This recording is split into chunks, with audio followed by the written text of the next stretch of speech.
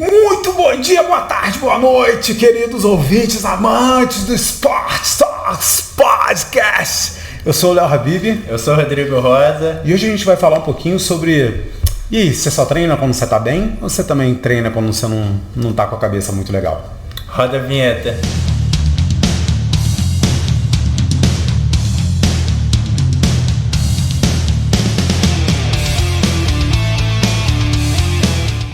Hoje, presencialmente, olha que isso aqui vai ser uma segunda temporada presencial. O Rodrigo tá de férias, eu tô aqui no consultório, né? Depois a gente vai fazer alguns videozinhos para mostrar para vocês.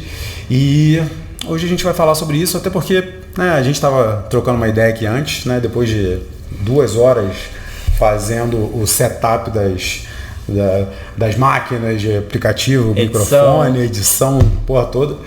E eu tava pensando muito que hoje eu tinha um tempo menor para treinar, né? A Andréia começou a atender mais cedo, eu tava lá na minha esteira, fiz a série um pouquinho mais rápida e tava na minha esteira, que eu sei que você adora esteira. E botei lá uns tiros para fazer, coisa que eu também adoro, né? E botei uma velocidade um pouco maior. E, cara, eu tava ouvindo a porra do podcast e teve uma hora que eu falei, não dá não, né? Não dá para ficar mais ouvindo não. E aí você meio que é obrigado a voltar a sua atenção pro seu corpo, né? E aí eu lembrei de você na hora, porque a gente vive falando, né? Quer dizer, eu vivo falando que quando eu treino, eu preciso ouvir alguma coisa justamente para me desligar.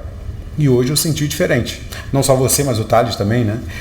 E aí eu fiquei, cara, que maneiro, né? Eu tenho que prestar atenção. Então, em alta performance, a gente precisa prestar atenção na gente. Só que, eu acho que vocês sabem, né? Tanto o Rodrigo como eu, a gente está vindo de lesão e a gente tem aquela coisa do, não acordei bem, né? Tô chateado porque eu tô lesionado, ou tô chateado porque aconteceu alguma coisa. Beijo, André, te amo, tá? E, às vezes a cabeça não tá legal. E aí? Treina mesmo assim? Esse é sempre um grande porém, né? Ainda mais quando a gente pensa num planejamento de treino, numa periodização, a gente sabe que muita coisa que a gente está planejando ali, a gente não vai conseguir fazer. E o importante da periodização é esse. É não ser nada engessado, ser flexível, assim como o nosso humor, né? Nossa disposição. Sim. Então, nossa capacidade física. Porque a gente sempre tem um limite, que a gente chama de... A gente faz alguns testes funcionais, né? Tanto no ciclismo tem o teste de 20 minutos, na corrida tem os 10 km, 6 minutos, o teste de Cooper, né? E a gente sabe, baseado naquilo dali, o quanto você pode chegar, né? O Léo tem um ritmo para um treino intervalado de tantos, de um pace X, de uma velocidade X. Só que tem dia que aquilo dali não vai rolar. E... a gente martela muito isso, faz o que dá, ou então muda o treino, né? Só não deixa de treinar. Por quê? Aquilo vai gerar uma frustração. Se você está empenhado com o seu treino e você não conseguir fazer porque está no dia ruim, isso vai, provavelmente, claro que pode acordar no outro dia, tudo beleza, vai lá e faz. Mas isso pode sustentar. Hoje foi um treino ruim, amanhã... jaque é o grande problema, né, Léo? O gordo adora isso. Já que eu comi uma coisa, ou então a pessoa que não gosta de treinar, aí ela não vai na segunda. Cara, se a pessoa não vai na segunda, parece que o resto da semana não existe, né? A segunda é determinante. Então, agora falando de mim, né? O treino é importante pra mim. É o treino. Importa se ele é bom ou se ele é ruim. Não estou no dia suficiente. Tem lá uma série difícil de fazer, dormi mal essa noite, ou então tô passando igual período de prova, assim, tem uma prova no dia, muda o treino, eu mudo o treino. Ou então passo pro, hoje é um treino difícil, amanhã eu faço treino difícil, hoje eu faço treino leve. E eu acho que ser flexível é extremamente importante. E se você tiver um treinador, ele sabe disso também. Então, mas aí que tá, né?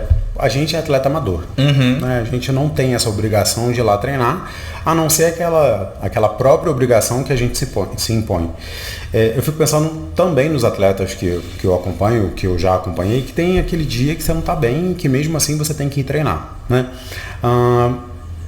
Pensando também pessoalmente, né? Existem alguns momentos que... Como é que é? Tem até alguns memes que falam, né? Vai na força do ódio, né? Vai na raiva mesmo. E eu, até quando eu tô chateado com alguma coisa, né? Puto com alguma coisa, eu meio que desconto ali na corrida, ali no treino, e eu acabo me sentindo melhor depois. Como é que rola isso com você?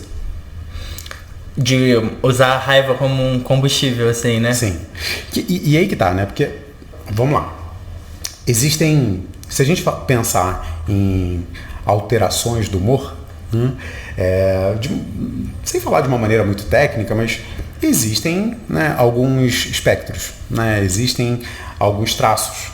E às vezes a gente está mais para baixo. Às vezes a gente está mais para cima, né? Forte, entusiasmado, né? Entusiasmado, motivado. Uhum. Às vezes a gente está com raiva. Né? Então, são coisas diferentes. Mas, mesmo quando a gente não está bem, né? Mesmo quando a gente está mais para baixo, né? Vou falar um humor mais deprimido. Será que dá para reverter? Você já se viu numa situação dessa e você conseguiu reverter? Entendi. Léo, eu confesso que eu não consigo ter esse combustível da raiva. Eu tento separar. O problema externo. Tu é muito bonzinho, né, cara? Mas só que eu vejo. Mas essa característica eu acho importante. Eu vejo alunos assim, ou então, quando eu acompanho atletas, a pessoa tá passando num momento ruim. Tem pessoas que usam isso para alavancar a performance dela e as outras destrói. Igual no futebol tem muito isso, né? O time tá passando uma fase ruim, às vezes um jogador tá fazendo uma fase muito boa. E a pessoa às vezes quer mostrar resultado. Pô, o time não tá fazendo nada, mas eu vou lá e vou mostrar. Isso é interessante, mas eu acredito, você vai falar muito melhor que eu, que isso é uma característica muito individual. Então, eu não sei se é uma característica ou uma estratégia, né? Porque aí que tá. Como eu te disse, né? Falando pessoalmente, sem essa questão de paciente, depois eu vou citar alguns. Não citar o paciente, mas vou citar alguns casos. Mas, pra mim, essa coisa do, cara, não tô bem, né? Acho que vocês, eu não sei se eu já postei aqui, mas quem conhece lá no meu Instagram, eu já postei fotos que eu tava muito grande e eu cheguei a pesar 130 quilos e tomei um susto, né? Grande. E até o meu médico mandou lá para fazer a cirurgia bariátrica. Eu fui, conversei com o cirurgião. Caramba. Depois eu morri de medo porque eu ia ficar careca, meu cabelo ia cair. Não adiantou porra nenhuma. E depois eu voltei para ele e tal, e aí comecei um tratamento, né? Me engajei um pouco mais. Mas eu não estava bem, né? Foi um período da minha vida que eu estava mais para baixo, né? Como eu não fui diagnosticado, não posso falar que eu estava com humor deprimido, mas eu estava mais para baixo. E nesses momentos, assim, cara, não tinha muita vontade de fazer as coisas, sabe?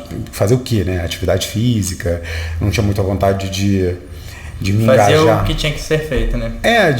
Tipo, cara, eu nem lembro se essa questão de organização, por exemplo, de comida, de alimentação, passava pela minha cabeça, né? Então, cara, tava ruim, né? E não tava tão legal. E eu comecei a fazer academia e aos poucos, assim, com aquele ditado, né? Com aquela frase feita, clichê, que todo mundo fala, cara, você não tem que fazer o que você gosta, né? No mundo dos adultos, você tem que fazer o que é preciso, né? O que é necessário. E eu comecei a fazer academia e foi uma bela surpresa, né? Porque eu comecei a me engajar e comecei a ver resultado. Mas se dependesse de mim, assim, no início, é aquela coisa, tipo, eu nunca ia chegar e ter esse insight de vou começar sozinho, né? Então esse primeiro passo foi, ok, vamos lá, vamos fazer. Você precisa fazer, porque senão você vai fazer uma cirurgia. E depois começou a inverter, que agora eu vou, nem que seja na raiva, né? Na força do ódio. E eu acho que essa raiva funcionou mais do que o momento que eu não estava muito para baixo, ou até nos momentos que eu não estava tão motivado assim. Não sei se eu fui claro. Não, entendi. Então, mas aí você nunca sentiu essa raiva ou essa coisa do caralho, de estar chateado, não tá bem com alguma coisa externa e me descontou aí no treino? Eu enxergo o treino como, igual a gente já conversou, como uma alavanca para melhorar minha vida, né? Não mais como eu tenho que ir pro treino. Claro que tem gente que você não tá afim, mas só que eu sei o que eu gosto de pensar, que eu não vou me arrepender de treinar. Minha vida pode estar conturbada, pode estar passando um momento ruim. Eu sei que se eu for lá, eu vou sair, nem que seja um pouquinho melhor, mas isso vai me ajudar para as tarefas que eu tenho que fazer depois. Eu sempre gosto de pensar isso. É muito difícil você voltar do treino. Caramba, eu podia ter ficado em casa, acho que ia ser melhor. Nunca passou isso na minha cabeça. Não, eu também não. Tô pensando nisso agora, né? Eu achei linda essa frase. Que tipo, eu nunca vou me arrepender de ter treinado. Sim. Cara, isso é fantástico isso, porque eu também nunca me arrependi. Não, vai. Eu não me arrependi de treinar. É porque, sei lá, em algum momento eu tava fazendo algum movimento errado, ou eu me machuquei no judô, no jiu-jitsu. Mas é aquilo, eu não ficava arrependido, eu não fiquei arrependido por ter ido treinar. Foi pra alguma coisa específica que você fez. Exato. A culpa não foi do treino, foi de uma tomada de decisão errada. Exato. E então, ok, não tem a ver com essa questão da raiva. Mas a raiva, então, não te motiva? Que eu me lembre, não. Entendi. Tá. E falando de outras pessoas que você... Então, eu tava pensando nisso.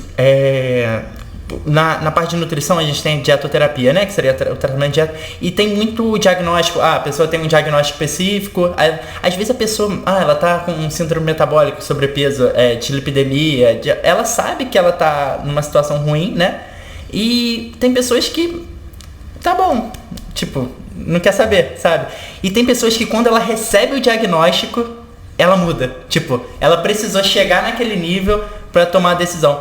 E aí eu falei, caramba, será que esse diagnóstico para pessoas ele é positivo, que ela dá um reforço para ela ter que mudar os hábitos dela? Tem pessoas que ela, não, já que eu já tô cheio de problema, já que, né, o retorno já que, né, já que eu tô cheio de problema, não vai fazer diferença eu tomar meu remédio ou tomar minha insulina o resto da minha vida. E eu fico pensando, tipo, na minha cabeça não faz sentido nenhum isso, mas só que é o que a gente mais tem, Então, o que acontece, né? Tecnicamente falando, o que eu acho que acontece é que eu já peguei muitos casos assim. A gente brinca na psicologia, na terapia, que, cara, né, a gente às vezes é mágico, né? Porque só da pessoa sentar ali na frente, a vida dela muda completamente, né? Só que isso acontece com tudo. Isso acontece com alguém que não fazia nenhum esporte e até o Flávio, né, e começou a fazer crossfit e se encontrou. Isso acontece com pessoas que, sei lá, começaram a fazer uma luta, que meio que se encontram naquilo ali, né, naquela atividade. Né? E geralmente o que a gente vê, né, e é engraçado porque tinha uma professora minha que falava, cara, se você só ouvir, já tá lindo. Né? Só da pessoa estar elaborando aquilo ali, e esse é um dos princípios da psicanálise, eu não acredito muito nisso, mas só dela estar fazendo aquele self-talk, né? A cura pela fala. Isso, que o Freud já defendia, cara, você já está melhorando. E ok, isso é uma questão de análise, eu não acredito muito nisso, eu acho que precisa de algo além, mas a gente percebe isso. E aí tem uma coisa que é curiosíssima, que é outra professora que também falava, que é o seguinte, cara, às vezes a pessoa já está ouvindo que ela tem um problema tantas vezes. Ela já ouviu aquilo por tantas pessoas que aí a gente até briga, que fala assim, tem algumas pessoas que vão numa taróloga, né, nos mentalistas aí da vida. Aí, tipo, a pessoa senta lá, aí em alguma coisa fez com que aquela pessoa mais sensitiva, mais perceptiva, ela chega e fala, você é teimosa. Saiu aqui na carta, né? Ou então... Ela busca o que ela quer saber, né? Qual é teu signo? Teu signo é Áries. Beijo, André. Te amo, tá? Dificílimo esse signo. Então você começa a ouvir tanto e meio que ter um viés, né, de confirmação de que tipo, eu sou assim. Quando chega, quando você chega lá na frente e sentou na minha frente, ou quando você vai fazer a atividade, quando a pessoa é mais velha, ela já ouviu tanto aquilo, né? Cara, às vezes você precisa ouvir 30, 40 vezes que você tem um problema. E chegou na tua frente, ela, ok, eu tenho um problema, eu sou teimoso. Né? Então, a mesma coisa comigo, né? Quando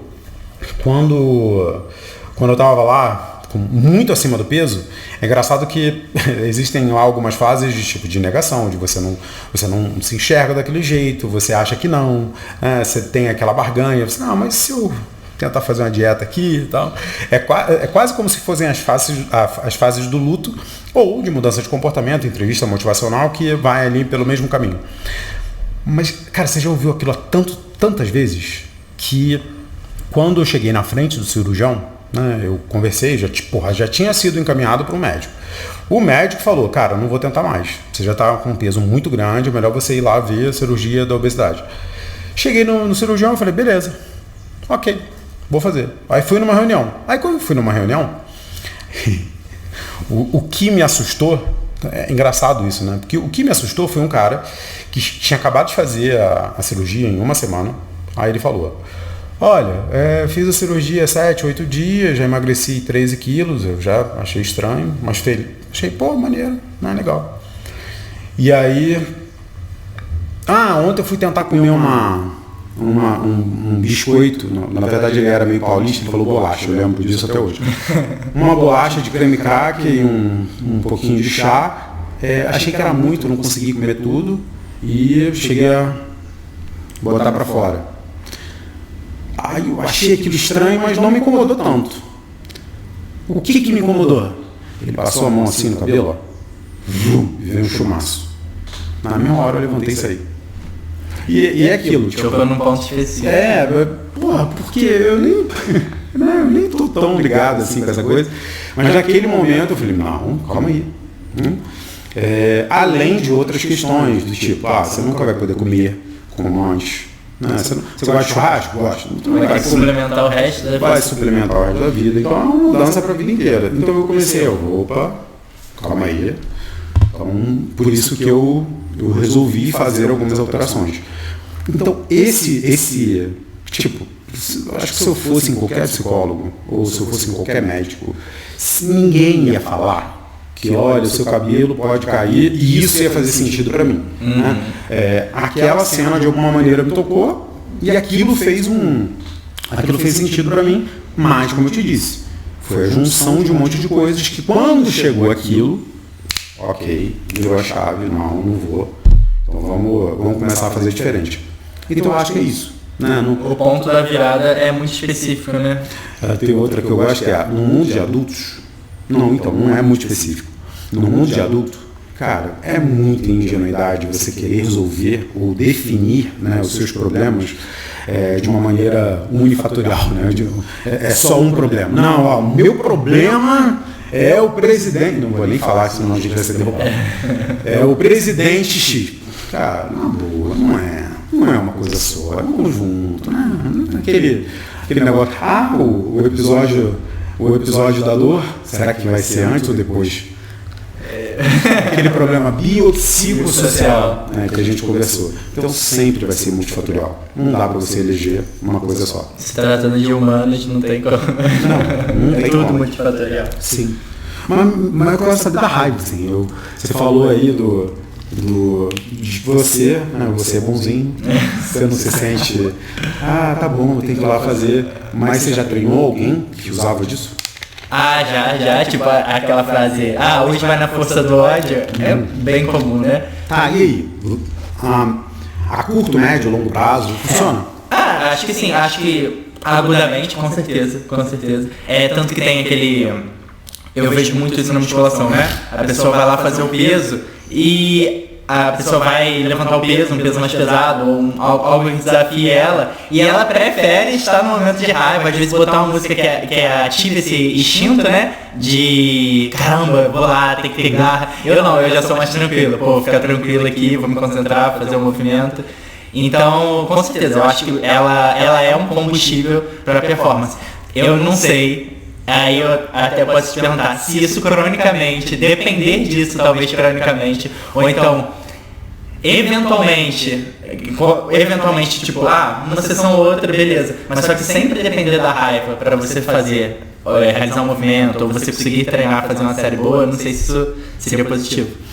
Olha, eu vou falar depende. Depende. E aí, vamos lá. Considerando luta, né, o que a gente vê, é muito legal quando a gente consegue ver, por exemplo, vou citar casos famosos. Pô, o Mário Reis, não sei se você conhece, da Aliança, ele é um corner, né, da equipe de jiu-jitsu. Ele fala, mata ele! E o cara lá, ele fica, você é foda! Aí o cara vai lá e grita, eu sou foda quando acaba a luta. E tipo assim, o caramba, tipo, pra mim isso não ia funcionar, com certeza. Mas só que o cara internalizou aquilo, tanto que ele finalizou o cara quando ele levantou, eu sou foda, gritando pro Mário Reis. Eu falei, caraca, maneiro, né? Tipo, interessante a diferença, né, comportamental. Então, aí que tá. Isso vai variar de pessoa para pessoa. Não adianta você tentar fazer isso com um cara que seja mais tranquilo, que tem um estilo mais apaziguador. Né? Eu ia citar o Conor McGregor, né? Que ele... O dele... Porra, ele encheu a porra do saco do Aldo. E ele conseguiu tirar o Aldo, né, do sério, né? Ele conseguiu mexer e o cara ficou com raiva e... Talvez a raiva do Aldo, nesse momento, não foi a estratégia mais adequada para conseguir se concentrar e fazer uma boa luta. Né? Então, assim, depende. Algumas pessoas são movidas pela raiva. Né? Você vê algumas pessoas que entram no octógono, que entram no tatame, que entram para lutar e elas se transformam, que elas viram um bicho, né? E ela quer matar o oponente. Né? E, de novo, isso é uma característica muito pessoal. Se a gente conseguir unir as duas coisas, de ligar essa chave, eu sempre falo sobre a diferença de violência e agressividade. Você pode ser agressivo sem ser violento, né? Você pode manter ali a sua estamina, a competitividade e fazer uma excelente luta.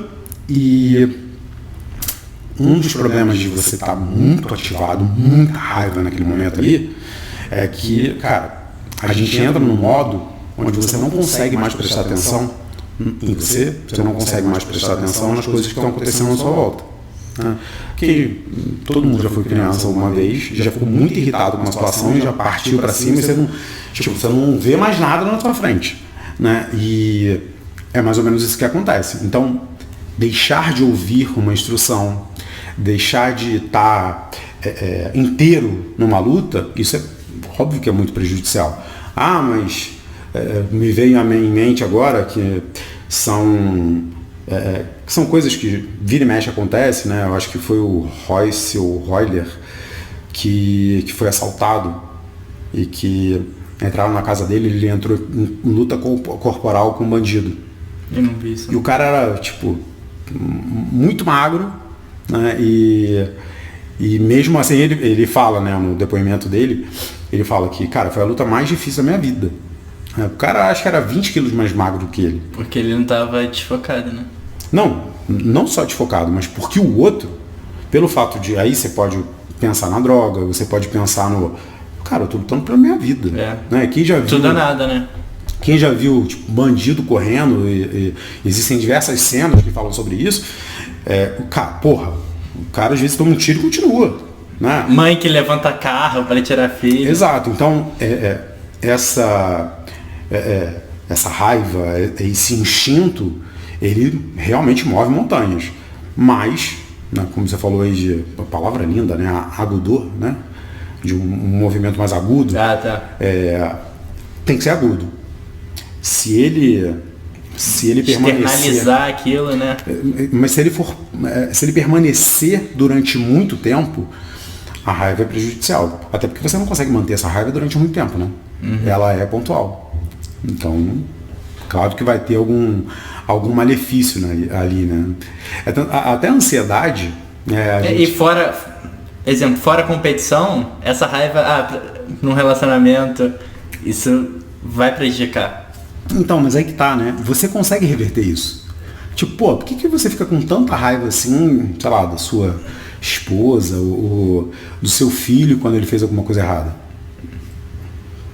Por quê? Né? Até é muito legal quando a gente olha de fora, ou até, melhor ainda, quando alguém fala sobre isso, quando a gente está em terapia, Você vê que a pessoa fica até meio constrangida. Sem graça, né? Eu já tive casos de atletas de tênis, né? Que é um clássico, você quebrar a raquete. Né? A diferença é que um Federer, um Djokovic, um Nadal quebrar uma raquete dessa, para ele 200, 300 dólares, você tem 52 mil raquetes, não vai fazer diferença. E aí é muito legal, quer dizer, legal não, mas você vê, a pessoa vai lá e quebra. Nossa, por que eu fiz isso? Caraca, quebrei a raquete, cara. Aí automaticamente vem 200 dólares, que quando você converte dá 5 mil reais. Porra, cara. É seguir muito o instinto, né? Na verdade não é nem um instinto, é tipo... momentâneo, assim. O controle inibitório é zero. Porque a gente tem... Eu não sei você, né? Porque você é muito bonzinho. Mas me corrija aí. Cara, a gente às vezes fica chateado, né? A gente se vê... O normal é esse, né? Quando a gente fica com raiva, em alguns momentos, a gente sente uma sensação de impotência muito grande e a gente não vê muita saída. E para o cérebro, essa coisa de você não ver saída é caralho, o que eu faço agora? Então você acaba despertando um cérebro mais primitivo. Então, quando você não tem recursos, quando você não tem repertório para conseguir lidar com uma situação estressante, você acaba indo para um instinto mais primitivo de, porra, vou resolver na porrada, vou resolver quebrando alguma coisa, porque isso realmente... né? É momentâneo, né? Um prazer momentâneo. Exato. Isso dá aquela baixa na ansiedade. Tanto que o exercício serve muito para isso. Né? Mas, quando vem o filtro... Aí depois, quando passa um tempo, né? Eu até lembrei, acho que foi o Marco Aurélio, no livro dele, né? O estoico lá. Meditações? Acho que foi Meditações, ou se foi Pense como Imperador, não lembro. Ele estava falando sobre isso. E ele condenava muito esse ato instintivo, porque por conta de você se arrepender depois. E ele tem uma citação dele que ele, parafraseando, né? Ele fala pra você pensar que o cara que você admira tá te olhando naquele momento. Então você faria isso, acho que ele cita Cícero, se Cícero estivesse te observando, ou uma pessoa que você admira, se estivesse te olhando, seu pai, se estivesse te olhando, você ia ficar satisfeito nessa situação? E tipo, isso é um estalo tipo assim, caramba. Sim, principalmente pros atletas que vão combinar, tem uma porrada de atleta que serve de exemplo para um monte de crianças, né? E é muito, ao mesmo tempo que é ruim, quando algumas pessoas percebem a merda que fizeram, elas chegam lá e falam, olha, queria pedir desculpa publicamente, não devia ter feito isso. Justamente porque eu sou exemplo, né, para as crianças e a pessoa tem que ter noção disso, óbvio. né? Essa é a minha profissão, não é essa, nessa... É o do Peter Parker, né? O tio lá, ele fala grandes poderes, grande responsabilidade. Exato. E é muito isso. E eu vejo muito essa esquiva, né? Ainda mais hoje em dia com rede social, que a pessoa é exposta a todas as situações que ela... Cara, tá bom, mas você tá ganhando com aquilo dele também. Então, tem que ponderar muitas ações que você vai fazer. Mas isso é complicado também. E como? Mas calma aí. Qual foi a última vez que você saiu do sério? Não, isso toda hora, né? Em todo momento. Então, mas isso não extravasa com raiva, não? Acho que sim, Léo, acho que sim. É uma coisa, é o instinto, né? É natural. O estranho seria não sentir isso, né? Que aí seria uma falta de... Mas só que eu acho que não sei se com o tempo, com o conhecimento, a gente tenta não... Porque você não consegue não sentir, né? Mas meio que domesticar e a função, igual do estoicismo, do budismo, dessa filosofia, é essa. É difícil falar não sentir, porque é impossível não sentir alguma coisa. Mas tentar controlar isso, domesticar esse sentimento, eu acho que é importante. Eu acho que é a ideia né, o que a gente vê na prática direto, né? É muito bom. É muito bom quando alguém chega e fala, eu não quero sentir isso, né? Eu não quero ficar com raiva, eu não quero explodir, eu não estou conseguindo lidar com a ansiedade, né? Na verdade, as pessoas não falam isso, elas falam que, não, estou muito ansioso, eu fico muito ansioso e eu quero acabar com isso. O sentimento é esse, não é, gostaria de lidar melhor com isso, não, né? Eu quero acabar com isso, como é que eu faço? E é exatamente o que você falou. É impossível. Não tem como. O que você consegue é ressignificar. É conseguir lidar melhor com o que você vai fazer com aquilo. Né? Exatamente. Só que é treino. É muito difícil. Primeiro porque assim, se a gente pensar os caminhos que o cérebro percorre, né? Se a gente pensar nos hábitos, nos comportamentos, é como se fossem em gramas. Em gramas são mini conexões. Na verdade, são mini unidades de memória. Né? E aí é como se cada comportamento estivesse marcando um grama. Né? Então, em determinada situação, a gente aciona aquilo ali porque é o que você tem de repertório. Né? Então, digamos que se você tem diversos engramas, você sabe que... você sabe nada, você já age de acordo com aquele repertório que você tem. Então, o ideal é você conseguir agir, né, de uma maneira que você consiga ganhar mais repertório, saber usar outras ferramentas, outros engramas para conseguir lidar com aquelas situações. Muita gente não tem. E aí você tem que criar, você tem que ensinar, psicoeducar, porque a pessoa não conhece. Ela não conhece reagir a uma situação se não for sendo agressivo. E qual hábito está atrelado àquilo, né? Eu sempre lembro do hábito de fumar, porque a pessoa sempre faz isso, né? Tipo, ela sente cheiro de tal coisa, ela vai fumar. Ou então ela tá estressada, o gatilho do estresse faz a pessoa comer. Aí, transtornos alimentares, a mesma coisa também. E é muito interessante isso. Sim, e aí assim, quanto mais tempo fazendo isso, ou seja, quanto mais velha a pessoa mais difícil fica de você criar outros engramas e criar outros repertórios. Então, esse é o primeiro ponto. O segundo ponto uma vez conseguindo criar novos repertórios, os outros tendem a desaparecer. Só que você piscou, já era. E aí, qual é o problema? Você citou o cigarro, né? Qual é o problema maior, né? Um dos que mais atrapalham essa mudança? É que assim, imagina o seguinte, eu vou pensa há quanto tempo você corre, faz endurance? Assim, como treinamento desde a pandemia, então vai fazer uns 3 anos, mais ou menos. Tá, há quanto tempo você treina outros esportes? Desde o meu 7º ano, 6º ano do colégio. Isso. Deve ter uns 10 12 anos. Uhum. Então assim, digamos que a sua percepção de mundo, ela existe em relação ao esporte há 10 anos. Né? Imagina que você tem algum hábito que não é legal em relação a isso. Né? Então, por exemplo, não é o caso, eu sei que você não fuma, mas imagina se você fumasse até então, desde então. Imagina se, agora eu quero parar de fumar. E hoje, sei lá, você está estudando lá em Juiz de Fora, você está fazendo 2 faculdades, né? E tipo, você quer parar de fumar. Só que toda vez que você termina um treino, você acende o cigarro. Sua vida hoje, né, ela não existe, né? O hábito de fumar, ela meio que está atrelada ao que você faz todo dia. Então é como se você não conhecesse uma vida sem fumar.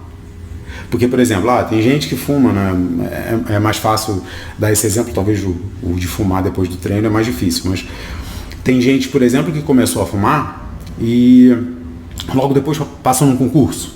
Ou logo depois, começou a trabalhar em uma determinada área. Então, ela internalizou tanto aquilo que, eu vou para o trabalho, eu fumo. Eu não consigo pensar em ir para o trabalho e não fumar. Por quê? Porque o trabalho sempre esteve atrelado ao hábito de fumar. Né? Nunca eu usei o trabalho sem cigarro. Então, cara, como é que eu desvinculo isso? É aquela questão. Poderia ser um hábito positivo, né? Não disfuncional como Exatamente. Fumar. Por isso que a gente briga tanto, e para mim, por exemplo, é tão importante, né? Eu sempre falo que quando eu vim aqui para Petrópolis, eu falei, vou estabelecer um vínculo. Uma nova rotina. Uma nova rotina, um vínculo com alguém para conseguir treinar de manhã. Né? Inicialmente era porque eu tinha que fazer isso naquele horário X, que era 6 horas da manhã. Hoje, eu comecei a treinar com o Thales e hoje eu não treino mais com ele. Só que para mim é importante manter, eu não desço mais, né? Eu não preciso mais sair de carro, né? Mas mesmo assim, eu me forço a treinar nos mesmos horários, Porque eu já me acostumei, né? E porque aquilo já tá... Se você tiver tempo, foi em outro horário, é mais difícil para você ir. Muito. Eu já tentei, inclusive. É muito difícil. Então eu prefiro acordar lá minhas 5 horas da manhã, ir treinar às 6 e voltar, mesmo não precisando mais treinar esse horário. Por quê? Porque essa foi a minha realidade aqui em Petrópolis. Então fica difícil de mudar, né? A mesma coisa com a alimentação, uma das coisas que eu sempre falo. Treinar, lidar com raiva, lidar com ansiedade. Cara, se você tem a opção ou se tem alguma coisa mudando muito drasticamente na sua vida, tipo, mudando de trabalho, mudando de casa, mudando de cidade, é maravilhoso que quando você chega lá, é maravilhoso você fazer tudo diferente. Porque é muito mais... os hábitos funcionais, assim, né? Porque é mais fácil pro cérebro. Porque assim, tem tanta coisa no automático, a gente já age com diversas questões no automático, né? Então, é igual dirigir. Hoje você não precisa mais prestar atenção, que você tem que passar primeiro, botar na primeira e olhar o espelho, sentar, tal, né? Aquela coisa lá de autoescola. Hoje a gente não precisa mais fazer isso, que já é automático. Principalmente quando a gente já vai para uma cidade que a gente conhece, tipo, o caminho vai sozinho, né? Você nem precisa botar no Waze. Mas se você viaja, se você se muda, se você está de férias, você, opa, calma aí, onde é que eu tô? O cérebro, ele gasta mais energia para, aqui é a padaria, aqui é a estrada tal, então tem que percorrer esses caminhos e aquilo vai sendo registrado. Como você está mudando muita coisa externamente, fica muito mais fácil você incluir coisinhas novas, porque vai no bolo. Esses hábitos novos, eles vão ser encarados como, olha só, mudou tudo. Então, vamos começar a fazer isso aqui também. Beleza? Beleza. Fica mais fácil. Talvez tenha sido por isso que eu consegui, né, fazer as coisas aqui na cidade e tenho conseguido manter, apesar das milhares de lesões. Mas isso é muito difícil pra gente entender. E aí, assim, agora eu vou perguntar, agora uma pergunta para você. Tá, e como é que a gente faz para fazer com que uma pessoa que está vivendo da mesma maneira há um tempão mude um hábito? Ou, se a gente pensar nessa questão dos repertórios de atletas que usam raiva e que de repente essa raiva não está sendo tão adequada assim, como é que faz para ele mudar? Para ele usar outro fator para motivar ele. Aí, eu acho que ele teria que ressignificar, talvez criar outra motivação para ele conseguir fazer aquilo. Vou fazer por tal coisa, não ficar dependente da raiva. Motivação é uma boa. Mas é só você pensar que, pelo menos as pessoas que chegaram até mim, elas já começaram a perceber que aquilo não estava funcionando mais. Tá, e aí? Nova estratégia? Não, vou ressignificar. Então, outra estratégia. Quais? Treinar em grupo.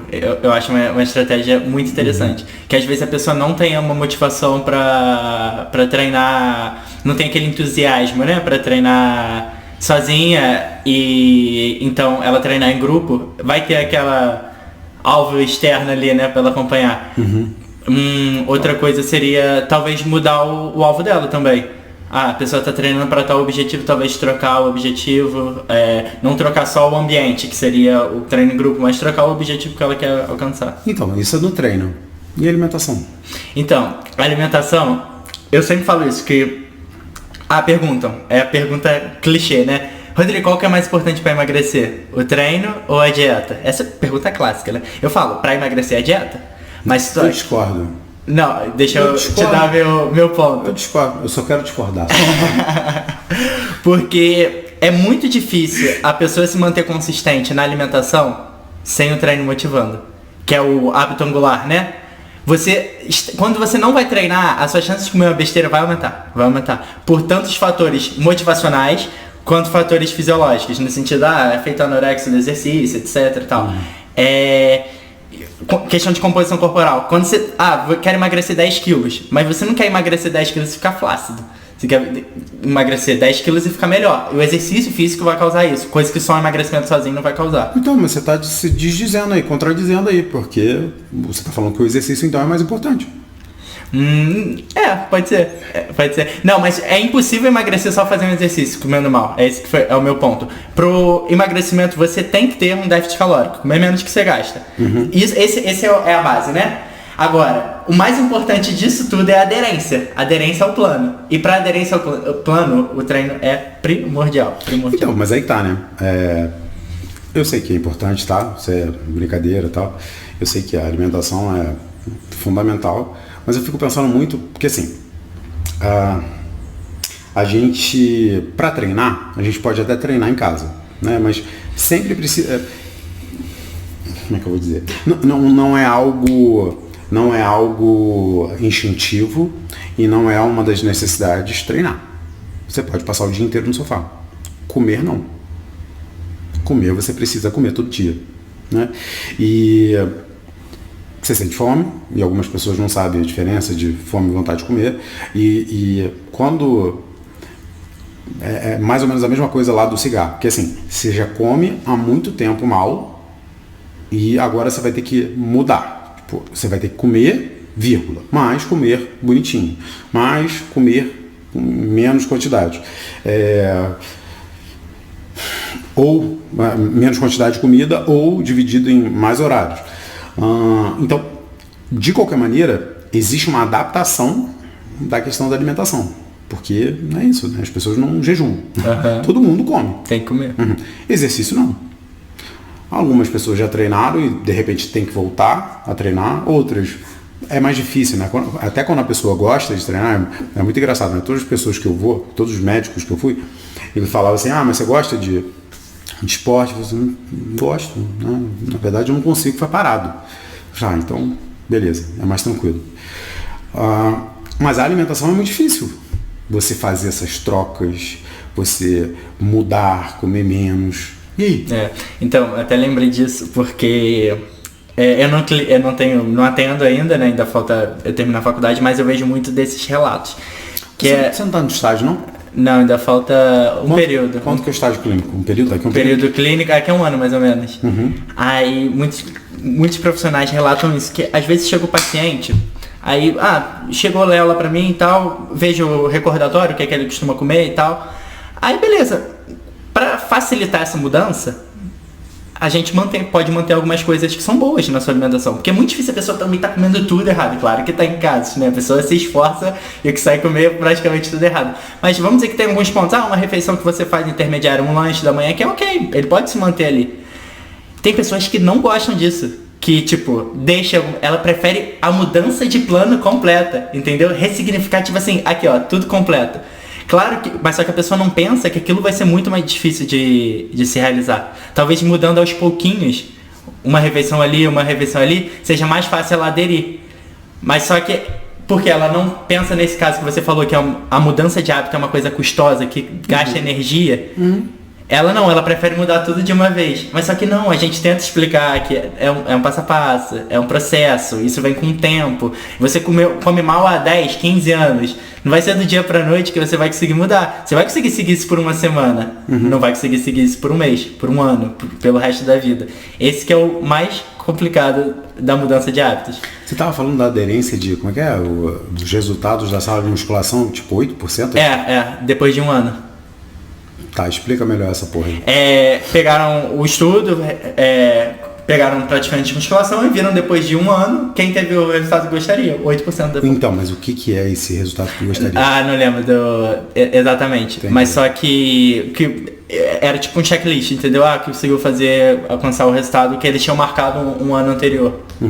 Tem alguma coisa, tem alguma informação nesse artigo sobre só frequentar? Frequência tem também. Quantos conseguiram manter metade da frequência que eles queriam no ano anterior. Também tem esse dado. Metade conseguiu? Não, nem metade. Metade da frequência, né? Não entendi. Tem o quesito de atingir os resultados que gostaria. E tem o quesito também de frequência. O Léo, há um ano atrás, me falou que queria praticar 6 vezes na semana. Aí eles listaram aqueles que conseguiam pelo menos metade da frequência. Esse número também é muito baixo. Metade da frequência. Tanto que a gente até comenta isso, que rede de academia cresceu bastante, né?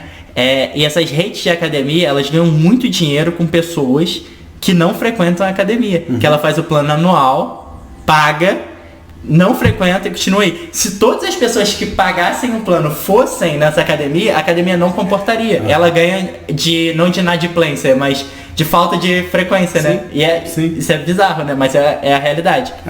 É quase como se fosse um habeas corpus preventivo, de tô pagando academia, então tranquilo, vou emagrecer, né? É isso aí, fecha um plano anual, vai 2 meses, paga 10 pra deixar lá a sua conta. Eu fiquei pensando aqui sobre essa questão da alimentação, assim, o que dá pra mudar pra pessoa conseguir lidar melhor com a comida. Tanto que eu comentei com você, cada vez mais eu vejo que tá, beleza, eu consigo montar, eu tenho um repertório para montar um cardápio, um planejamento alimentar, ou então só orientações, que vai depender de pessoa para pessoa, para você conseguir mudar, tipo, que se encaixe preferências alimentares, somadas ao sua demanda fisiológica, somada a diversas outras coisas, sua rotina, etc, e entregar isso para você. Mas fazer isso, você seguir isso, é muito complicado. É o que eu falei, as ferramentas vão te ajudar. É muito diferente de eu te dar uma dieta. Dieta perfeita, toma, Léo. Você seguir aquilo dali não vai ser a dieta perfeita. A gente tenta fazer a dieta perfeita para você, o planejamento perfeito para você. Mas essa parte psicológica é muito difícil, por isso que tem que andar no lado de um psicólogo, não tem como. Repete, por favor. Não, só esse finalzinho, tem que porque andar com o psicólogo. Não, repete só essa parte. Eu queria ouvir. O papel do psicólogo eu vejo hoje cada dia mais, tipo assim, não tirando minha responsabilidade, porque é 100% de responsabilidade dos dois profissionais. Mas só que o meu trabalho sozinho, pra grande parte dos casos, ele não é, tipo assim, ele não é sem. Eu preciso do outro profissional pra conseguir fazer as pessoas seguir. Interessante. Isso eu já sabia, né? Mas é uma luta. Agora, voltando para aquela questão lá não sei se você já teve alguma experiência ou algum caso de alguém que estava treinando com você e que também falava sobre essa questão de alimentação. Raiva dá mais fome? Nunca vi falar, mas eu acredito que sim. Por quê? Uma coisa que é fundamental exemplo, em casa, você sabe que você não pode comer determinado... Não poder é complicado, mas ter na rotina alguns alimentos. Exemplo, uma caixa de bis. Perfeito. A caixa de bis eu acho que não sei o que é. A caixa de bis é perfeita. O que é? É o que? Bis? Bis. O que é isso mesmo? Aí você tá lá. A caixa de bis eu acho o exemplo perfeito pra ansiedade, né? Porque a pessoa vai e ela acaba com a caixa de bis. E não é porque ela tá com fome. Quantas calorias tem uma caixa de bis? Não consigo imaginar, mas não sei, mas é bastante. Deve ter próximo de 1.000 ou mais que 1.000. Você tem a caixa de bis lá. Você sabe que você não pode comer. Pelo menos não deveria estar na sua rotina, né? Mas você tem em casa. No momento de impulso, que a gente até comentou, cara, você não vai pensar, o seu córtex pré-frontal não vai planejar aquilo dali, eu não posso comer essa caixa de bis porque eu tenho um planejamento futuro de melhorar. Cara, você tá num momento de estresse, você vai comer aquilo dali. Por isso que não ter em casa e ter um planejamento para o que você tem que comer é fundamental. Você se alimentar por conta do que você acha que você vai conseguir planejar é pedir para você fracassar. Então, não ter em casa, não ter à vista alimentos que você sabe que você não pode consumir. Aquilo vai ajudar muito. Claro, você pode ser extremamente resiliente, você ser extremamente forte e resistir àquela tentação. Mas no momento de baixa, no momento de estresse, você vai ser tentado a comer aquilo dali. Então, como é que eu faço? Porque tem um monte de gente, né? Eu já vou pedir uma consulta individual, tem Otto. Já até mostrei aqui, né? Eu já fiz vídeo, aqui não, eu mostrei lá no Instagram, que às vezes tem tipo uma porrada de doce. E eu acho legal até que o Otto, ele consegue lidar muito bem com isso, né? Ele tem... depois a gente vai falar sobre essa questão será que quando você deixa de comer alguma coisa, quando você corta alguma coisa, você gera compulsão? Restrição gera compulsão. Restrição gera compulsão? Depois a gente vai conversar. Outro episódio. Calma. Calma. É outro episódio. Esse aqui já tá quase terminando. E... cara, eu não consigo. se tem um doce ali, se tem alguma coisa, assim, eu não tenho zero Beliscar, né? zero maturidade para não comer alguma coisa lá dele. Então é melhor não ter, mas algumas pessoas não podem não ter, porque senão eu vou meio que punir o meu filho por uma coisa que eu tenho que fazer. Eu sei que eu tenho que evitar não poder comer, mas quando a gente está chateado, né? E quando não tem planejamento, é pior ainda. Não, então, mesmo quando tem um planejamento, eu acho que quando tem esses rebaixamentos de consciência, quando a gente, tipo, o córtex pré-frontal some e a gente tá com raiva, a gente tá ansioso, ou aconteceu alguma coisa, ou tipo, sei lá, a gente não consegue ter a maturidade, a gente não consegue ter a força para negar aquilo ali. E aí? Nesses momentos? Faz o quê? Aí é complicado. Eu tô te perguntando isso porque, assim, é claro que eu sei, né? A gente sabe o que precisa fazer e isso é uma questão, de novo, de hábito, de treino, do que a pessoa precisa fazer para conseguir lidar com isso. Mas é óbvio que todas uma das melhores alternativas é você não ter. E não ter a exposição. E se você não tem como evitar aquilo, você precisa aprender, assim como a ansiedade, você precisa aprender a lidar com aquilo ali, de uma maneira sadia, né? Até porque a gente pode ficar pesquisando, você falou aí do plano, motivação e tal, é isso. Eu gosto sempre de perguntar, né? E até pegando o livro do... qual é o nome? Esqueci. Do Golden Circle. Simon Sinek. Que comece pelo porquê. Cara, por que eu tô fazendo isso? Por que raios eu tô fazendo uma dieta? O pessoal fala, saúde. Motivação não importa, o que vale é a disciplina. Cara, se você não tem uma motivação, você não tem disciplina também. Sim, mas essa coisa de que mais a gente recebe, né? Cuidar da minha saúde, né? Cara, o que é cuidar da saúde? São muito questões, vago, né? Tipo, tô acima do peso. E aí? O que muda na sua vida com você acima do peso? Eu não consigo botar uma calça. E aí, quando a gente vai para esses porquês, para a pessoa precisa fazer mais sentido, né? E, enfim, existem... Não dá, a gente pode explorar isso aqui também em outro momento, mas, cara, não adianta. É a mesma questão do personal, né? E aí, é bom? Você consegue malhar sozinho? Você consegue ter disciplina de ir lá e fazer a sua planilha aí na planilha e executar o que está ali? Você consegue. Eu não. Eu preciso de alguém, pelo menos no início, que foi o que eu fiz. E a maioria das pessoas? Não, eu preciso de alguém. Então, assim, contrate um personal. A mesma coisa, nutrição, ou se for... tem uma corrente agora muito legal, que é a nutrição comportamental. Ou os psicólogos trabalham com esse objetivo, que é uma vez por semana. 2 vezes por semana.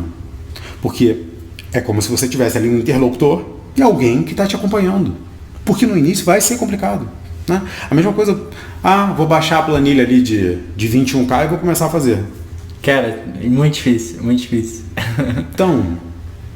A nossa função é facilitar a vida das pessoas. Sim. Não é direcionar, não é fazer por ela. Exato. Então, contrate um profissional, consulte um bom profissional da sua escolha. Então vamos terminar aqui. Diz onde que as pessoas acham você nas redes sociais. Vou mudar no Instagram. Vamos mudar. Duvido. Rod_Rosa42. Sem julgamento, Léo. Sem julgamento. Desculpa, só por hoje. Eu sou Léo Habib e muito obrigado por vocês terem ouvido. Até a próxima. Tchau, tchau.